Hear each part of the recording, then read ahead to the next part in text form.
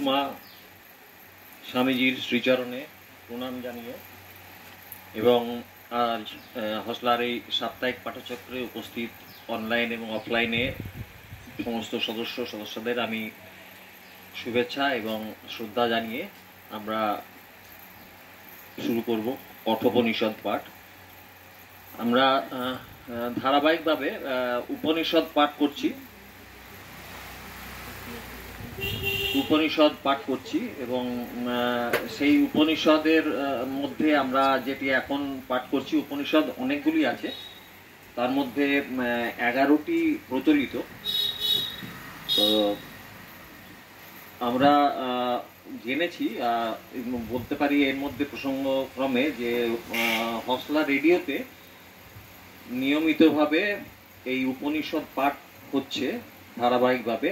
ইতিমধ্যে 4টি এপিসোড হয়ে গেছে। আপনারা ইচ্ছে করলে সেগুলি ইউটিউব থেকে শুনতে পারেন। সেখানে এখন ঈশোপনিষদ পাঠ চলছে।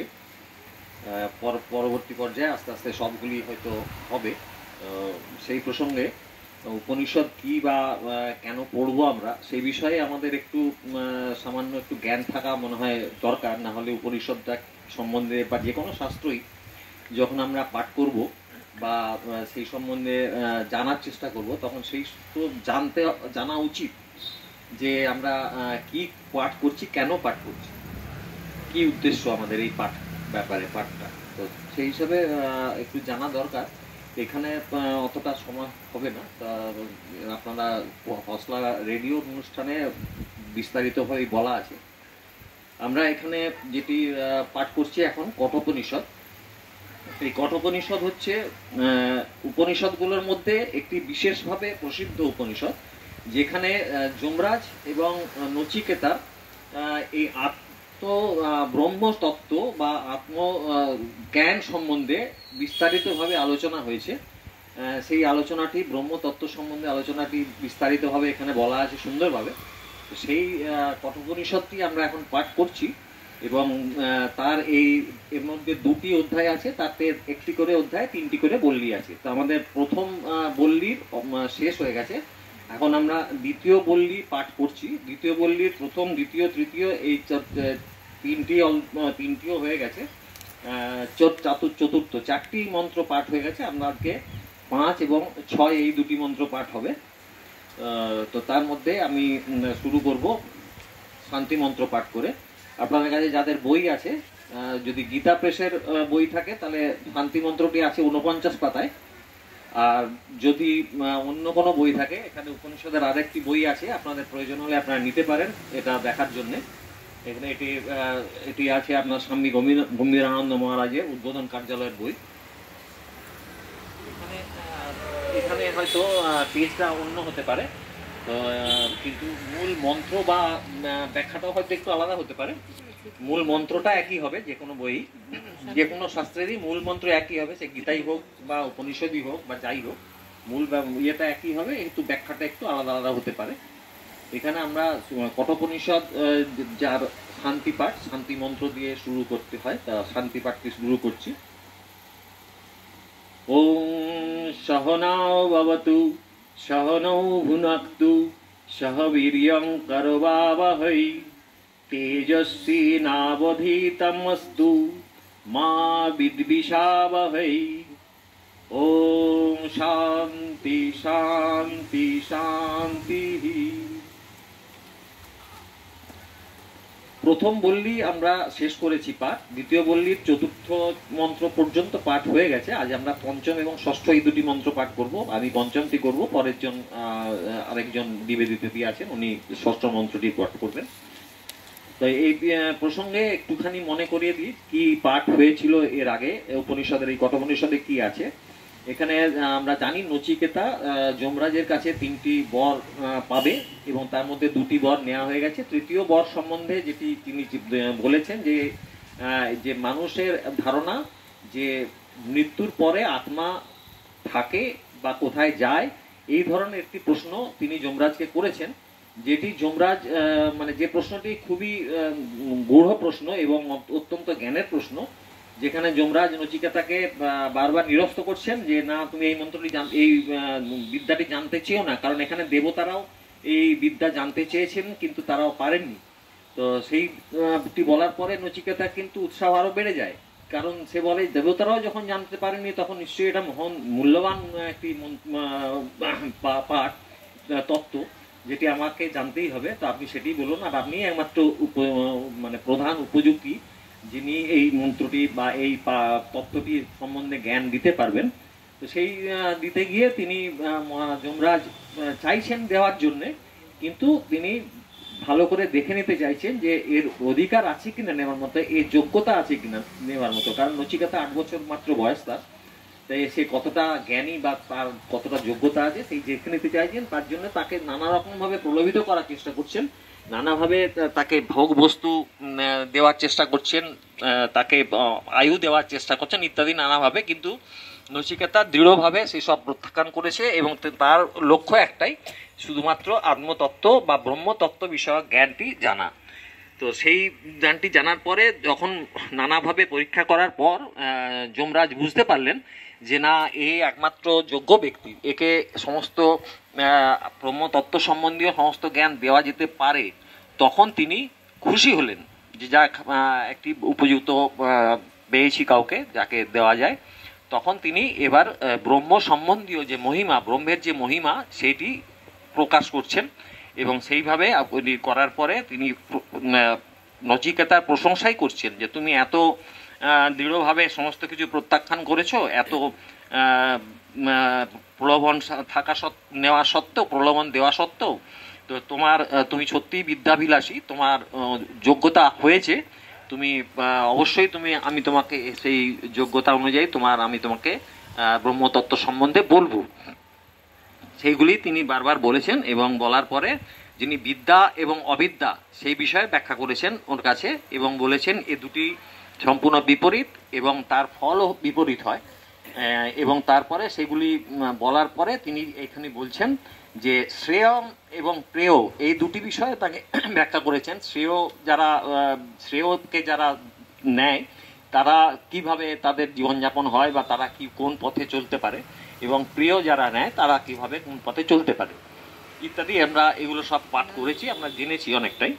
এখন আজকে আমি 5 নম্বর মন্ত্রটি বলবো, যেখানে যমরাজ নচিকেতাকে বলছেন যে তুমি আগে বলেছিলেন বহু ভালো ভালো ভোগ ও তোমার মনে এতটুকু লোভ জন্মাতে পারেনি, তারপরেও আবার তার প্রশংসা করছেন এবং বলছেন অবিদ্যায়াম মন্তরে বর্তমানা স্বয়ং ধীরা পণ্ডিতম মন্যমানাঃ দন্দ্রম মনামানা পরিয়ন্তি মূঢ়া অন্ধে নৈব নিয়মানা যথা অন্ধাঃ। অবিদ্যায়াম অন্তরে বর্তমানাঃ স্বয়ং ধীরাঃ পণ্ডিতম মন্যমানাঃ দন্দ্রমনামানা পরিয়ন্তি মূঢ়া অন্ধে নৈব নিয়মানা যথা অন্ধা। এখানে বলা হচ্ছে যে অবিদ্যায়াম অন্তরে বর্তমানা, মানে অবিদ্যা যে মধ্যে থেকে, যার মধ্যে অবিদ্যা আছে। এখানে বিদ্যা এবং অবিদ্যার কথাটা বলা হয়েছিল, কিন্তু বিদ্যা কি তার আর অবিদ্যা কি, যেটা কর্মকাণ্ডের মধ্যে দিয়ে যায়, নানা রকম ভোগের বস্তুর দিকে তাদের মন আকৃষ্ট হয় এবং সেগুলি সংরক্ষণ করার চেষ্টা করে, সেগুলি হচ্ছে অবিদ্যা। এবং যারা বিদ্যা শুধুমাত্র শাস্ত্র জ্ঞান লাভ করেছে এবং নিজেদেরকে মিথ্যা অহংকারে ভূষিত, তারা আত্ম অভিমান এতই প্রচণ্ড তাদের যে তারা নিজেদেরকে পণ্ডিত বলে ভাবেন এবং দেব দেবতাদের যারা হেয় মনে করেন তাদেরকে তাচ্ছিল্য করেন। এই ধরনের মানুষের কথা অবিদ্যার কথা এবং বিদ্যার কথা বলা হয়েছে, সেটা আমরা করেছি। এইখানেই বলছেন অবিদ্যায়াম অন্তরে বর্তমানা, যার মধ্যে অবিদ্যা আছে, যে মানুষের মধ্যে অবিদ্যার মধ্যে আছেন, যে মানুষ অবিদ্যার মধ্যে আছেন আর স্বয়ং ধীরা, আর নিজেকে নিজে বুদ্ধিমান মনে করেন, যিনি নিজেকে নিজে বুদ্ধিমান মনে করেন, পণ্ডিতাম মন্যমানা এবং নিজেকে পণ্ডিত মনে করেন। তিনি শাস্ত্র জ্ঞান লাভ করেছেন, অবশ্যই তার বই পড়া আছে, অনেক শাস্ত্র পড়া আছে, কিন্তু তিনি সেই সব ভেবে নিজেকে এতটাই পণ্ডিত ভাবেন যে ভাবেন যে জগতে আর কেউ নেই, দেবদেবতা কেউ নয়, গুরুজনদের তারা শ্রদ্ধা ভক্তি কিচ্ছু করেন না এবং নিজে যথেচ্ছাচার করেন। এই ধরনের যে মানুষ, তার কথা এখানে বলা হচ্ছেন। মূঢ়া, ভোগে আসক্ত, ওই মূর্খগণ, এই সমস্ত যে ভোগে আসক্ত, তিনি যতই শাস্ত্র পাঠ করুন না কেন, কিন্তু তিনি ভোগে আসক্ত থাকেন, জাগতিক বস্তুর প্রতি তার প্রচন্ড লোভ থাকে। তো সেই সমস্ত মানুষের কথা বলছেন, মূঢ়া, যে সমস্ত ভোগে আসক্ত ওই মূর্খগণ, দন্দ্রম মানা, সর্বত্র বিভিন্ন জনিতে ঘুরতে ঘুরতে, তখন তাদের কি হয়, তারা বিভিন্ন জনিতে ঘুরতে থাকেন, তাদের পুনর্জন্ম হতেই থাকে, তারা মোক্ষ লাভ করতে পারেন না, তাদের পুনর্জন্ম হতে থাকে এবং বিভিন্ন জনিতে হতে থাকে। শুধুমাত্র যে উচ্চ জনিতে হয় তা নয়, শুকর, কুকুর ইত্যাদি জনিতেও তাদের জন্ম হয়। সেই সমস্ত বলছে, এবং তথা পরিয়ন্তি, পরিয়ন্তি মানে ঠক্কর খেতে খেতে, ধাক্কা খেতে খেতে, আমরা হোঁচট খেতে খেতে থাকি না, আমরা ওই রকম হোঁচট খেতে খেতে, ধাক্কা খেতে খেতে তাদের জীবনটা চলতে থাকে। যথা, যেমন অন্ধেন এব নিয়মানা, অন্ধের দ্বারা চালিত, অন্ধা, অন্ধ লোকেরা, মানে একজন অন্ধ মানুষ যদি আরেকজন অন্ধ মানুষকে নিয়ে যায় কি হবে? সে তো নিজেও অন্ধ, সে তো রাস্তা চেনে না, তাকে তো ধাক্কা খেতে খেতে খুঁজতে খুঁজতে যেতে হবে, তাকে প্রতি পদে পদে ধাক্কা খেতে হবে, এবং যিনি বসে আছেন, যাকে নিয়ে যাচ্ছেন, তিনিও অন্ধ। তো তাহলে কি হবে? কেউই তো সঠিক জায়গায় সঠিক রাস্তায় যেতে পারবেন না, তার মূল লক্ষ্যটা কি সেটা তো সে জানতেই পারছে না, কোথায় গিয়ে আমি পৌঁছবো, সে ওই অন্ধকারে ধাক্কা খেতে খেতেই চলতে থাকবে। সেই রকমই মানুষের কথাই এখানে বলেছেন, যে মূঢ়া, যে বিভিন্ন সর্বত্র জনিতে ঘুরতে ঘুরতে, ঠক্কর খেতে খেতে এখানে এসে পৌঁছে বেড়ায় আর নিজে নিজে কষ্ট ভোগ করে। এইরকম মানুষের কথাই এই মন্ত্রটিতে বলা হয়েছে।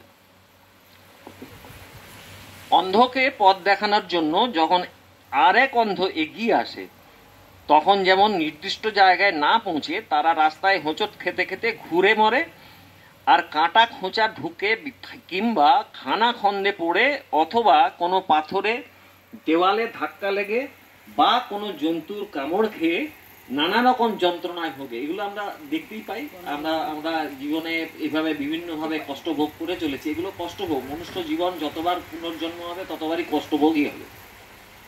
তো সে কিন্তু আমরা অন্ধাও, আমরা মায়াচ্ছন্ন হয়ে আছি, তো সেইভাবেই সেই পথেই আমরা চলি। আমরা বুঝতেই পারি না যে আমাদের অন্তরেই যে আত্মা আছেন, সেই আত্মাই আমাদের চালিত করছেন, সেই বোধটা আমাদের নেই, যার ফলে আমরা ওই ভোগা আসক্তির মধ্যেই চলছি এবং অন্ধের মতোই চলছি। সেই রকম ওই মূর্খগণও পশু, পাখি, কীট, পতঙ্গ আদি নানা রকম কষ্টদায়ক জনিতে এবং নরকাদিতে কষ্ট ভোগ করে। ওই যে বলছে পরিয়ান্তি দান্দ্রাম্য মানা, বিভিন্ন জনিতে ঘুরতে ঘুরতে এই সমস্ত পশু, কীট, পাখি ইত্যাদি নানা রকম কষ্টদায়ক জনিতে তাদের ভোগ করতে হয়, কষ্ট ভোগ করতে হয় নরকাদিতে। অনন্ত জন্ম ধরে অনন্ত যন্ত্রণায় ছটফট করতে হবে, অনন্ত অনন্ত জীবন, তাদের জীবনটা বারবার ওই পুনর্জন্ম হতেই থাকবে, হতেই থাকবে, মোক্ষ আবার কোনোদিনও হবে না। আর অনন্তকাল ধরে তাদের ওই ঠক্কর খেতে খেতে বাঁচতে হবে, তাদের এই ধাক্কা খেতে খেতে বাঁচতে হবে, ছটফট করতে হবে যন্ত্রণায়। যে নিজেকে খুব বুদ্ধিমান আর মহাবিদ্যান মনে করে, বিদ্যা বুদ্ধির মিথ্যা অহংকারে শাস্ত্র এবং মহাপুরুষদের বাণীর কোনো মূল্য না দিয়ে তাদের অবহেলা করে। এই কথাটা যে বলছিলাম, যারা যে পণ্ডিত, যারা হয়তো শাস্ত্রজ্ঞান কিছু করেছেন কিন্তু তারা অন্য কাউকে মানেন না, তখন তারা নিজের ভাববে আমি মহাপণ্ডিত, আমার চেয়ে পণ্ডিত দুনিয়াতে আর কেউ নেই। সেইটা যে কত বড় অহংকার, সেই অহংকারটাই কথাই এখানে বলা হচ্ছেন। তিনি তখন দেব দেবতা তো দূরের কথা, কোনো গুরুজনদের মানেন না, তিনি যথেচ্ছাচার করে থাকেন, মানে তিনিই সব, এরকম একটা ধারণা মানুষের মধ্যে তৈরি করার চেষ্টা করেন। তারা যে কতটা মূর্খ, সেই কথাটাই এই মন্ত্রের মধ্যে প্রকাশ করা হচ্ছে। মহাপুরুষদের বাণীর কোনো মূল্য না দিয়ে তাদের অবহেলা করে, আর প্রত্যক্ষ সুখরূপ মিথ্যা ভোগের আসক্তি থেকে সেগুলি পাওয়ার জন্য উদ্গ্রীব হয়, সে দুর্লভ মনুষ্য জীবনের অমূল্য সময় বৃথায় নষ্ট করে। এখানে প্রথম দিকে উপনিষদে বলা হয়েছে যে মনুষ্য জীবন অত্যন্ত দুর্লভ, সেই দুর্লভ জীবনে আমরা যতটুকু সুযোগ পাই, আমরা এই ব্রহ্মতত্ত্ব, আমরা নিজের সম্বন্ধে, নিজের স্বরূপ সম্বন্ধে, আত্মার স্বরূপ কি সেই সম্বন্ধে জেনে নেওয়াটা আমাদের খুবই প্রয়োজন, কিন্তু আমরা সেই চেষ্টা করি না। যার ফলে এখানেই বলছেন যে সেই দুর্লভ মনুষ্য জীবনের অমূল্য সময় বৃথায় নষ্ট করে। যে মানুষ ওই মূঢ়তার দিকে অগ্রসর হয়, সে তার জীবনের অমূল্য সময়টা নষ্ট করে চলেছে। যেমন আমরাও তাই করেছি, বেশিরভাগ মানুষই তাই করে চলেছি। ওই অমূল্য সময় আমরা নষ্ট করছি ভোগ সামগ্রীর দিকে আকৃষ্ট হয়ে এইরকমভাবে জীবন পার করছি, এবং জন্মান্তর ধরে আমরা পুনর্জন্ম ভোগ করে চলেছি এবং কষ্ট করে চলেছি। আমি এখানেই শেষ করছি। পরের মন্ত্র শুনুন নিবেদিতাদির কাছে।